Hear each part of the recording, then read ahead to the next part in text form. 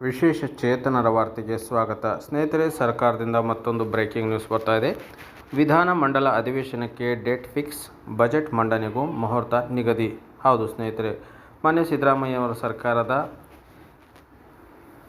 Budget ಅಧಿವೇಶನಕ್ಕೆ ಕ್ಷಣಗಣನೆ ಆರಂಭವಾಗಿದೆ. ಫೆಬ್ರವರಿ 12ರಿಂದ ರಾಜ್ಯ ವಿಧಾನ ಮಂಡಲ ಅಧಿವೇಶನ ಆರಂಭವಾಗಲಿದೆ. ಫೆಬ್ರವರಿ 12ರಿಂದ 23ರವರೆಗೆ ಅಧಿವೇಶನ ನಡೆಯಲಿದೆ.